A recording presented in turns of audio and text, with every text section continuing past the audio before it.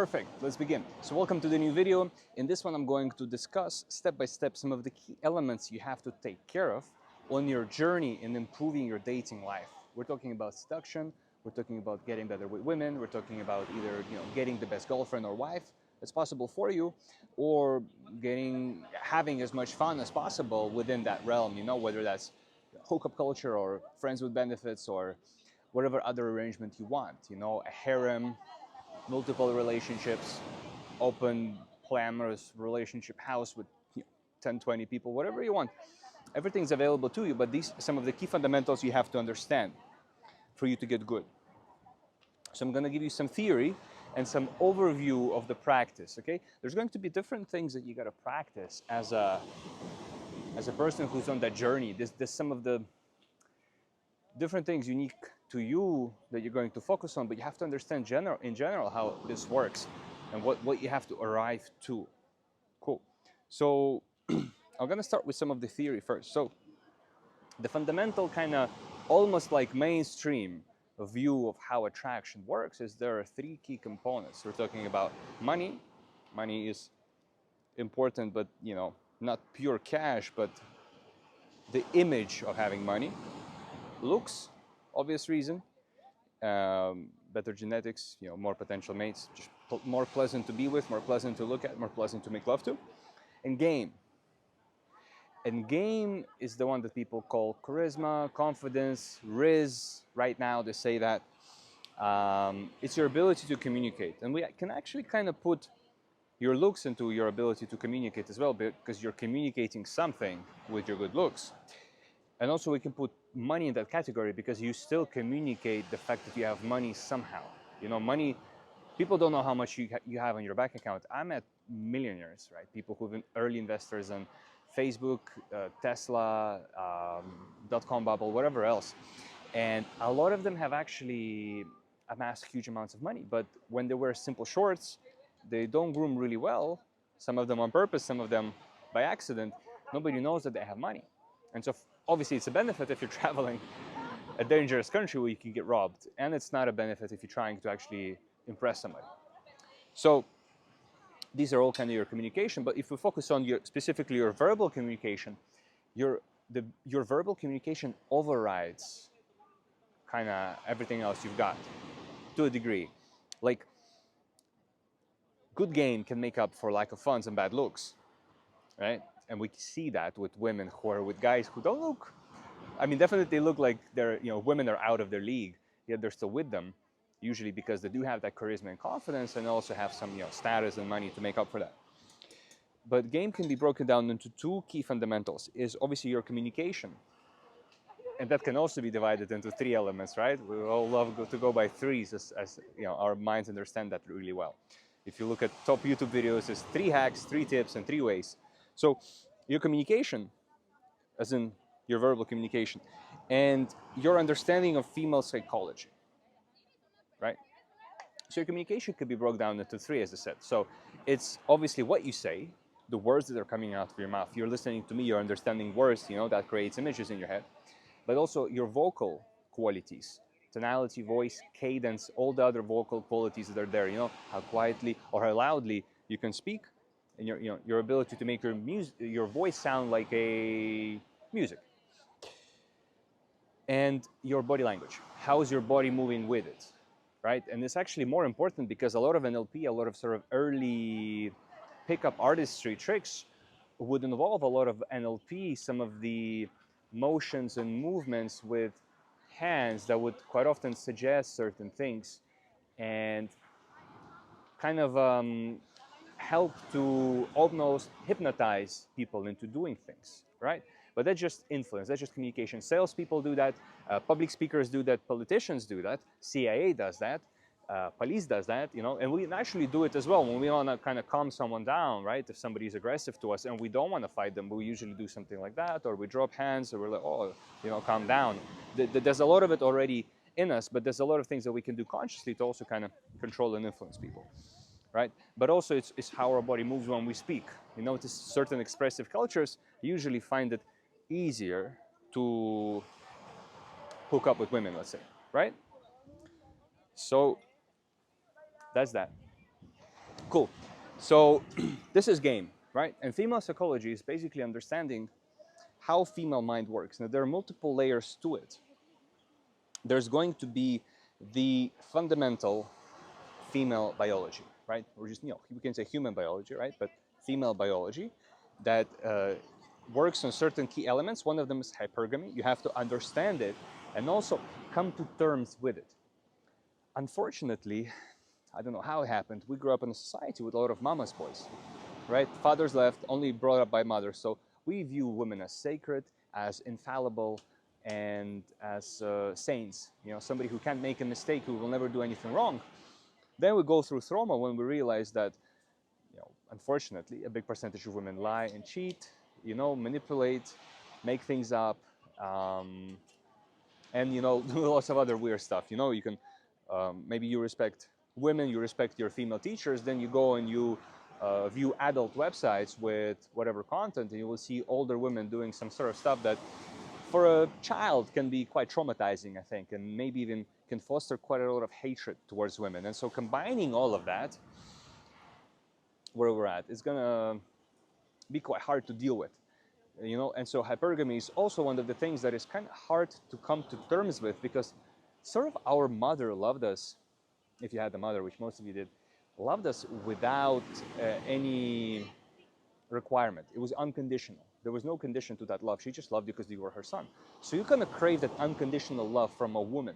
Now, as you start growing up, she starts withdrawing that love and that affection, and she makes you do things. She makes you study well, get good grades, start working as an engineer or a doctor or a lawyer, right? All of that kind of shit. So she primes you, she programs you, she puts in buttons and programs into your mind like shame, guilt, how you react to female negativity, tears and crying and all of that stuff. So then when the girlfriend comes in, she already knows which buttons to press. If you never had that and you were just a wild man, you would not have any shame or guilt. You would not give a fuck, right? And this is why we look up to those men. It's like, oh, he just doesn't care. It's almost like he didn't have a mother who manipulated him for 10, 20 years to bring him up to be so easily controlled. So these are some of the things you have to look at, right? How were you brought up? How you were conditioned? But we're going to go into that segment after. But fundamental female psychology, how she operates. What does she do? What does she want on a purely biological level? So we're talking about hypergamy, her wanting the best genes from an alpha male, and then quite often, not always, I would say less often, than, say less than 50% of the time, she would get the best genes from one male and then bringing up with another one. Quite often she would not be aware of it and just rationalize that, oh, he was an asshole and a jerk, and now I grew up as a person, and now I'm selecting someone else. So it's quite, it will be very difficult to actually learn these things from them themselves, right? People don't understand themselves. So you have to look at biology fundamentals first. This is going to be the most important. And then you're going to have to look at societal programming that's going to come afterwards, right? So fundamentally, just purely biologically, woman would be attracted to only the biggest, the strongest man, right? Like the Hulk, the bodybuilder, the strongman, the fighter, right? She will be attracted to them, the killer, whatever. But as society is more complicated, quite often just the biggest and the strongest doesn't always have the best money, have the best opportunities, and even biggest respect. Quite often the strongest dude from school ends up lifting boxes and stacking shelves, shelves that nobody else can reach, right? Because he's strong and he can put a big tray of cans of canned food, of canned pineapple on the top shelf. That's his job. So as society becomes more complicated, there's certain classes of men that evolve that are somehow becoming sexy and interesting, right? A teacher might be very attractive to a woman when she still has an option from a way richer guy, a way stronger guy, a way better looking guy. But the teacher somehow has higher status because he lives in a little smaller ecosystem, a smaller reality bubble, where he has more status because he's very, very educated on history, on language, on literature, books and poetry, or history of, ancient Greece or Egypt or whatever else, something interesting somewhat to that girl in that specific case. We have cases where, say, a girl is, her heart is quite open. She has a lot of compassion for people who are struggling. For example, immigrants, refugees, or people, foster children or children without parents, orphans, or dogs, abandoned dogs, right? So she's going to have a lot of compassion for that specific issue, like a charity case, like a charity issue. And then a guy that has the higher status within that thing, that could be like, it could be like a completely broke guy, maybe even bad-looking guy, could even bad-smelling guy, honestly. Maybe he doesn't have time to shower because all he does is rescue, 10, 20, 50 dogs a day. That's all he does. And he can't, sleep normally because he just wants to keep saving dogs. If her heart goes to those dogs, she loves those dogs, then she sees that guy. He now has some somewhat higher status than a stronger, richer, better-looking, even an actor or whatever. That's just going to be like in that unique case. And sometimes girls grow out of it, right? It could be a phase, but it is true in that moment. And so these are kind of social things that happen. And there's a lot more examples to them. I'm not going to go into them specifically here and too many, but you can already understand, security guard in a nightclub working on $20, $30 an hour salary versus somebody at that nightclub who spent 5, 10 grand on a table on, champagne, Dom Perignon. Somehow security guard can have a higher status and appear more sexy for a multitude of reasons, because he's not there to pick up chicks, he's there to work. He also does push people out. So no matter how much money you paid, you're getting out of the club at 3 a.m. or whatever time it is, right? So these things don't make any logical sense to us dudes. We're like, that doesn't make sense. Like, he's a loser compared to the rich guy. But in that specific environment, in that specific echo chamber, for a lot of women, they're not able to see beyond, right? And so, and it's not even intellectual, it just happens biologically. Like, biology cannot really see beyond. Biology cannot really fathom the whole world. It just sees what's around. And so in that environment, he's the sexiest guy. So it's important to understand those things. Important if you want to get to a high level, but there will be some smaller aspects of it that you have to get, right? So I'm not going to go too much into those examples anymore, but you understand the level. So there's biological and there's societal. And there's kind of other things that we can put in other category that are going to work. I would really say that for a beginner, if you understand biology really well, you're already ahead of a lot of men.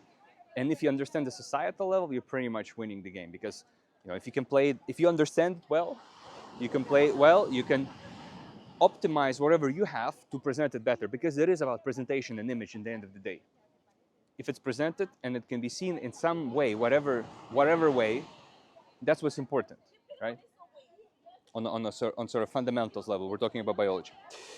So that's that. And so then, understanding all that, what I want to kind of add to you is a deeper dimension of this. I'm talking about kind of purely societal and biological drives that are there, but humans have some sort of conscious nature to them as well. Now, we can argue on the origin of that consciousness, or what's the purpose of that, or whether it's just an evolutionary mechanism, but somehow as a society we have things as nobility, honor, integrity, honesty, and trust, right? And it feels good to be a person of integrity, a person of honor, right? In Japan, if you messed up your honor and you kill yourself, or you off yourself, you do harakiri, you somehow restore the honor of your family. So these things are fundamental in society. Multiple societies treat them differently, but it's there. Honor is there. Honor among men is there, right? So these things, we can call them conscious, we can call them divine, we can call them social construct, but they exist inherently in us, like morality and ethics. They exist in us, and I'm just going to group them all as like a consciousness aspect of things, yeah? So I'm going to put us on a scale, simply, versus biological and conscious, right? Just for simplicity's sake, you can expand it to whatever degree you want. Just to understand seduction, there's going to be two extremes. One will be fully conscious, 100% moral, 100% ethical man, right? Who, never lies, never never does anything selfishly, basically, only serves society in the best way possible, completely selflessly serving humanity, right? And on the other hand, we have a complete animal, basically a monkey or a dog within a human flesh. Super selfish, lies through the teeth. All he does is wants to impregnate as many women as possible. You know, just complete animal, complete primate. So no humans are in either extremes. I mean, there might be some enlightened people like that, but they're a minority. And they're not people, you know, most people aren't 100% animals. And people who are very close to that animal extreme of things, they really quickly end up killed or in prison, right? Because they just can't even stay in a queue. Yeah, they can't get in line. They can't just control their impulses around people. Somebody accidentally bumps into them, they knock them out and all that. So they get in trouble really fast, or they, you know, for them to even become a top criminal, they have to understand societal structures, and more importantly, they have to.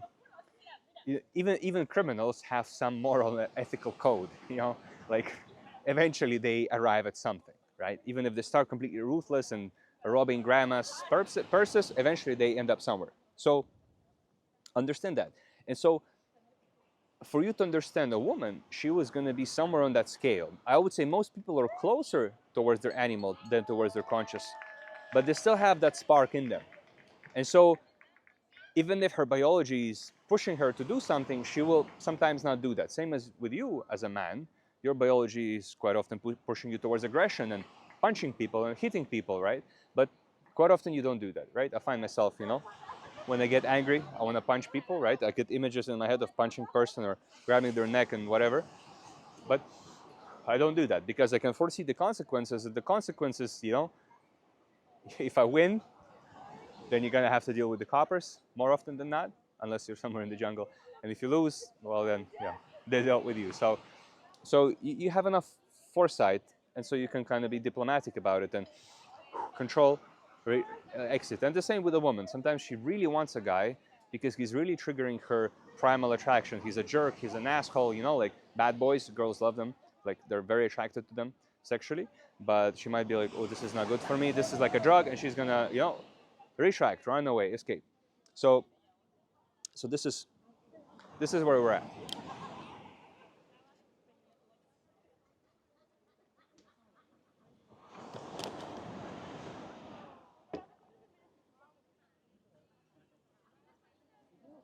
Perfect. So I have more videos, and I'm going to release more videos on those topics specifically, separately, but I'm giving you an overview of what you have to know and understand, and more importantly, come to terms with. Because just knowing something intellectually is not gonna give it to you.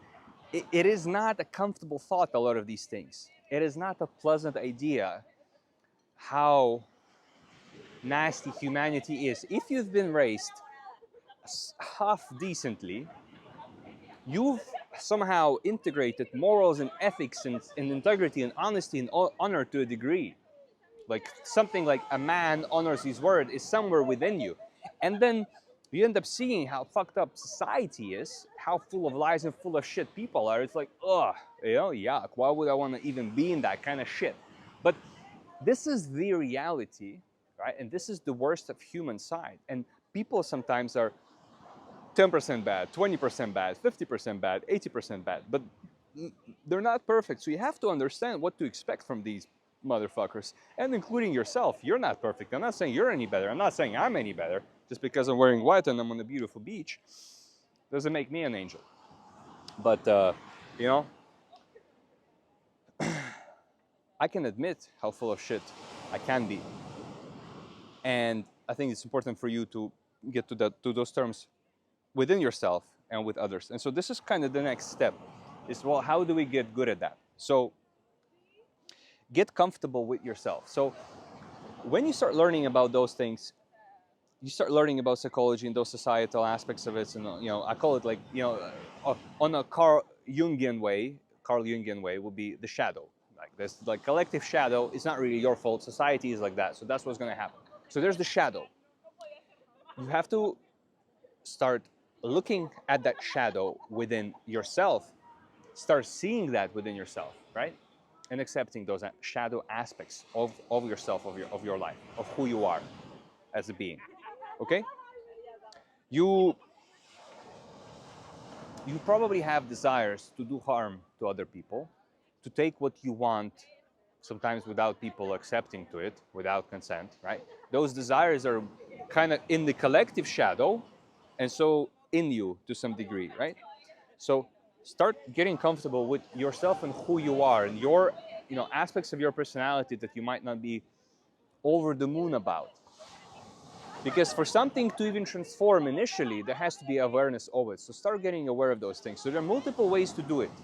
Journaling, shadow work, meditation, advanced therapy, not some BS counseling where people just make you feel good about yourself in the moment, like, oh no, you're a good person. Like, sometimes we need that, but some sort of deep introspective work that helps you to understand nature of humanity, nature of yourself, because you are human.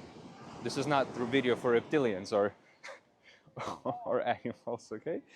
And then in the same way, you have to start getting comfortable with society. Well, the way society is full of shit, society is full of lies. There are laws and rules and morals and ethics, but they're mostly for common man because people at the top don't really listen to them. If you look at that, if you start analyzing those things, so again, you get comfortable with that. So start learning, to start navigating it. And then you have to get comfortable within society, as in doing the things that you really want within society. And so the easiest way to do it is doing social anxiety drills, okay? If you're gonna develop high social confidence, you're able to get people to do what you really want. You're able to get groups of people to do what you really want. You're able to do something that you really want around other people. As somebody in this, one of the things you want to be able to do easily, effortlessly, is to speak to a girl that you like in a public place. Not just on a beach where just you and her. Even those situations people fuck up, right? But also you want to be able to do it on the train, in a shopping mall, on a park, on a busy street, in a bar, in a nightclub, where other people are looking and they're assessing and they will see. And if you do well, they will see. And if you do badly, they will also see that, right? So you have to be okay with failing around people and also learn how to succeed with other people. This is something very important for you. You have to do those drills so you're not stifled by society, so your energy flows when you're around people, right? This is very important. And also you're able to actually come up to groups of people and get them to do things with you, get them to do things for you. That will give you even more confidence around them. You will understand how anxious and incapable in stress situations most people are, how stressed out by social stress most people are, how much their capacity to think goes down. And if you do the social drills that I have for you in other videos, you'll be able to see that. And then you will just be elevated above them. And then once you really see how much advanced you are by becoming advanced and by visibly seeing, 100 times, 200 times, having success with that, you're gonna lose the chains of social conditioning. And that will give you freedom to live your life on a different level. That will give you comfort and confidence to go for what you want and make mistakes and fuck up and still come out better on the other end. And this is very important. This is critical. This is not just to enable you to approach somebody on the street, to approach a girl on the street and get her number. This is to enable you to live your life on your terms, to quit the job that you hate, to leave your parents, to leave the city that you don't want to be in, to go and move, live in a different country, move around, travel, visit multiple countries, meet other people, not be scared of the consequences, not be scared of making mistakes, not be scared of putting yourself in situations that might be uncomfortable. Having the confidence that you're able to deal with things is worth more than anything else. And so this starts from social confidence. And you can start wherever you're at, in the city you live in. Right? So that's the second level. And then obviously get comfortable with women. Get comfortable with women. That is accomplished by, there's a number of ways to do it, but the standard mainstream way within that sphere is to speak to more women, go on more dates, invite more women home, and if you really choose to, sleep with more women, or at least get them to a stage where they want to sleep with you, and then you can make a choice whether you want to sleep with them or not. Because I don't want to encourage promiscuity, but if there's something that you really want, and you're like, I want it, I want it, I want it, I want it, do it. Okay, do it, enjoy yourself. But if you're somebody who's not sure, just give yourself options. Give yourself options and choose. Choose right there and there. Then you can say no. And in fact, on a higher level of game, one of the ways you know you're good is you can get a girl asking you for it, and you're actually playing hard to get. You become the golden D, as we say. You're already golden D without even sleeping with her, and she already wants you. If if you get a woman chasing you without sleeping with her, that's high level of game, because most of the game is done through sex, by giving her great sex, great emotions, great orgasms, great time after sex, and all of that. And then that makes her fall in love with you, and then that repetitively makes her love you more and more and more and more. That's like the standard way. Now that's kind of stupid, because you develop a lot of attachment with that yourself. And this is how people end up in relationships with somebody who they don't really like, but just because they were horny and they wanted to sleep, with anyone, whoever was there they slept with, and then somehow they do it again, and again, and then develop feelings. And that's how a lot of families are formed. And that's dumb, because most people don't really like each other. They don't really want to be with each other. They just got attached through sex. It kind of makes you like family. It kind of creates almost like a family bond.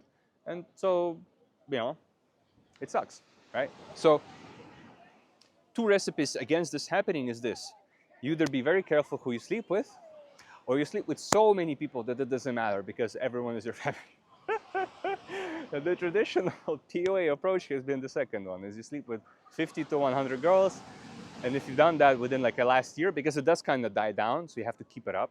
It's not like you've done it like 5 years ago and it's still going to have an effect. You kind of get cleaned, your karma gets cleaned, and then you're able to be innocent and fall in love again. But if you slept with a lot of people in the last few months, in the last year, you become a little bit numb. And that's what you will see with a lot of guys who slept with a lot of girls, and club girls and all of that. You see certain numbness in their eyes. That's kind of that thing. A lot of people chase that. Look, for guys, it is an achievement. You don't just get it like that for most guys. Especially if you started from the zero, that's an achievement to get to that level. But I don't really recommend getting to that degree, right? Because it's not something you really want to be going for. Personally, that's my recommendation. But if you do go for that, go all in. Don't hold yourself back. But the amount of shit that's going to follow, you will enjoy it. It'll be a fun life, for sure. So this is where we're at, right? So get comfortable with women, get comfortable with those steps. Go on a lot of dates. And so some of the key components there is spend a lot of hours with women. I would say that's the first one, right? So if you never had a girlfriend, don't have many female friends, just spend a lot of hours with women. You want to get 10, 20, 50, 100 hours. Ideally one-to-one in a romantic scenario. That could be multiple dates of 4 to 6 hours, 10-hour dates, multiple dates. Ideally, a few girls, but even if it's with one, you spend 100 hours in a romantic context, means you understand women well enough. And then, this is, I would say, more important than approaches. Because you can do, I met people who've done thousands of approaches on the streets and bars and whatever. It doesn't do them any good, because those 2, 3, 5-minute interactions are all, kind of awkward, and they don't just lead anywhere. Women speak to them out of politeness, or because initially they're interested, because their approach got so good that they appear higher status for those 2 minutes, but then at minute 3 and 5 they start dropping, right? So it'll take you many, many years to be able to maintain that. So that's not really the best way. If you still want to do those approaches, obviously, but you don't focus on them as much as on getting as many dates as possible, even if it's from online. Once you get that, that's a solid foundation to then do approaches, because you will then only lack the initial, 2 to 5 to 20-minute transition from a date. And then you will know exactly what to do from there. And then you will just need to build comfort within that initial stage. And so that, instead of like an endless hole, an endless pit, you just have a tiny gap that you need to build a bridge to, and a couple of times you're going to leap, then you're going to have a rope, then you're going to have a rope bridge, then you build a proper stable bridge, and then it's just going to become one solid land, because you know exactly what to do, and you're not going to have any problems with that. So these are some of the key things. What they want to add to this? Um, One very important aspect is you want to keep up the pressure when you're doing that. You want to keep the pressure high, because what happens is guys go into this, they do it for 1 or 2 weeks, then they stop, then they do it 1 to 2 weeks, then they stop, then they do it for a month, then they stop, then whatever else happens, and they keep making excuses and keep kind of postponing and just not getting it done. A little bit here, a little bit there, a little bit here, a little bit there. That's better than nothing, don't get me wrong. But if you really want to have a breakthrough, you got to keep up the pressure for at least 3 months. I would say even for most people, 6 months. You want to keep up the pressure for 6 months, right? Every weekend, every opportunity, everything is geared towards it. If you're going on a holiday, it's only to boost you in that field. On a holiday, you can do a lot of conversations with girls.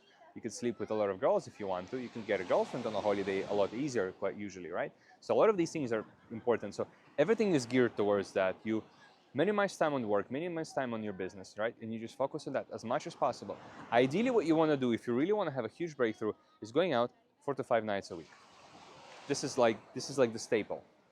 I know most people are not going to be able to do this right now for some reason, but this is what I've done. And it created such a powerful momentum, it rewired my brain. That's what it does. It's magic. It is the best thing ever. You want to keep up that pressure insanely, 4 to 5 times a week. So then it's always, and it's uncomfortable. You feel like shit. You get rejected a lot. You feel really bad about yourself. You have nights where you've been rejected all night by 100 girls. You come home, you feel like, oh man, I'm so full of shit. But this gives you such conditioning. You become like the best type of metal that's been conditioned from heat to cold, from hot to cold, hot to cold, hot to cold. You're immune to breakage, right? You become super, super, super powerful. This is what it does to you. It transforms you to your core, right? This becomes a core of who you are. If you really want to take it to a very high level. If you don't want to take it to the high level, I would say then 3 nights a week would be like a minimum for you to go out, to be active, and then you're gonna have progress. Guys who just do a lot of online and a lot of dates, they're not gonna get far. I met a lot of guys like that. 3 years into this, 5 years into this, they're bad. They suck. They suck, and there's no hope for them because they don't even know the fundamentals.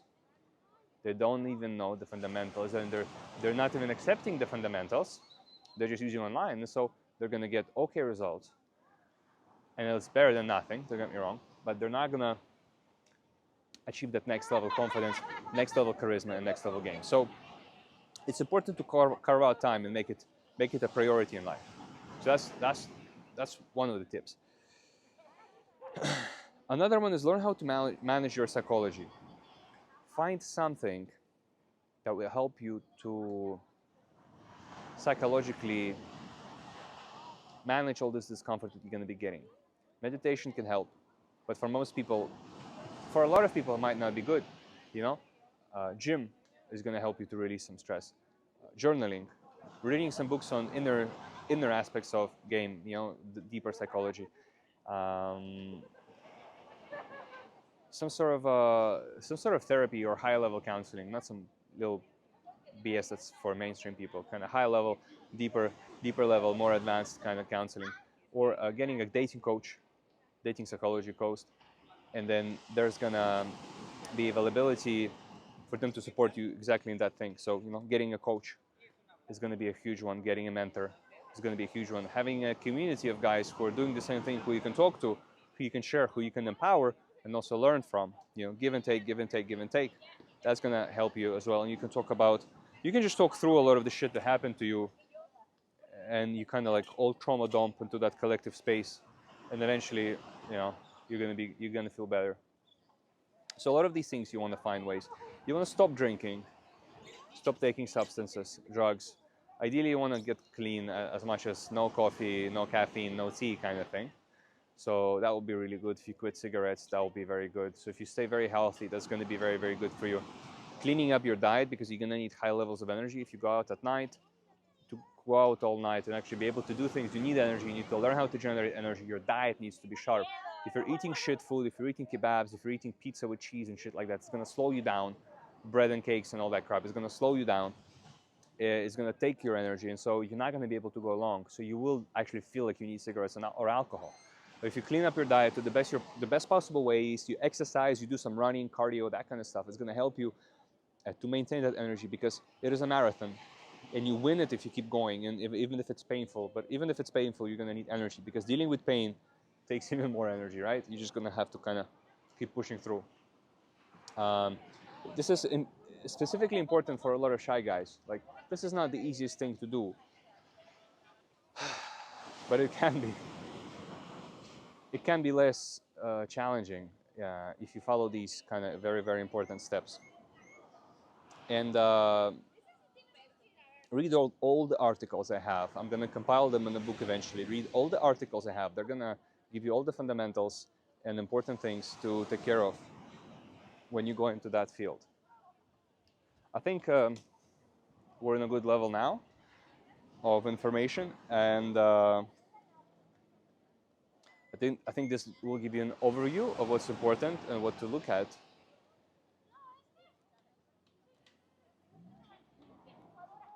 And so you can map out your journey and start combining those little pieces and learning about things and kind of getting the fundamentals in. Because once you have that, you will go a lot faster. Again, so it will be study at home for all of that stuff, female psychology, biology, all that, right? When it comes to attraction and dating. And doing the drills, getting the practice in as well. All are very important. Oh, and I forgot to add one actually about so we focused on improving your game. I want to add one actually quite important on style. So your looks are important. That's why looks maxing is such a big thing. It does work. Now, I don't want you to be looks maxing, because that becomes its own separate thing. But I do recommend doing the 80-20 for your looks. And for most guys, it'll be grooming, haircut, beard, and clothes. Get good clothes, get better clothes. They don't have to be expensive, just new, shiny, nice looking. And what you really want to try in is what I want to encourage you. I'll probably have more separate video on the style, but what I want to encourage you is have more flamboyant clothes, have more clothes that stand out, have more clothes that are unusual. Simply, a red puffer jacket. If you're in a cold place like New York or London, a red puffer jacket, people are going to look at you more. You're going to be used to getting more looks. It is important. If you're doing cold approach and she notices you first, even just because you have a red puffer jacket, it is better for you than approaching completely from the moment where she never seen you before. Who are you, bro? I'm busy. Sorry, man. Yeah, this is security for the complex. Are you living here in the complex? Bro, I'm just speaking to the camera. I'm just recording a video. Thank you. So, bro, don't interrupt the video, man. So, red puffer jacket, or a white puffer jacket, or like a pimp coat, like maybe a long kind of lamp coat. Just even these white clothes, they are somewhat standing out. A hat, some sort of jewelry, rings, amulet, anything like that is going to help attract attention. If you're actually walking around with a big camera and a tripod and you're filming something, that attracts attention. You want to learn how to get people's attention, so people look at you more. Because when you're comfortable with pressure and discomfort more, it will make you more resilient to people noticing you. Again, that's going to feed into your social confidence. And also it's going to communicate, right, subcommunicate to people around you, including women you want to attract, that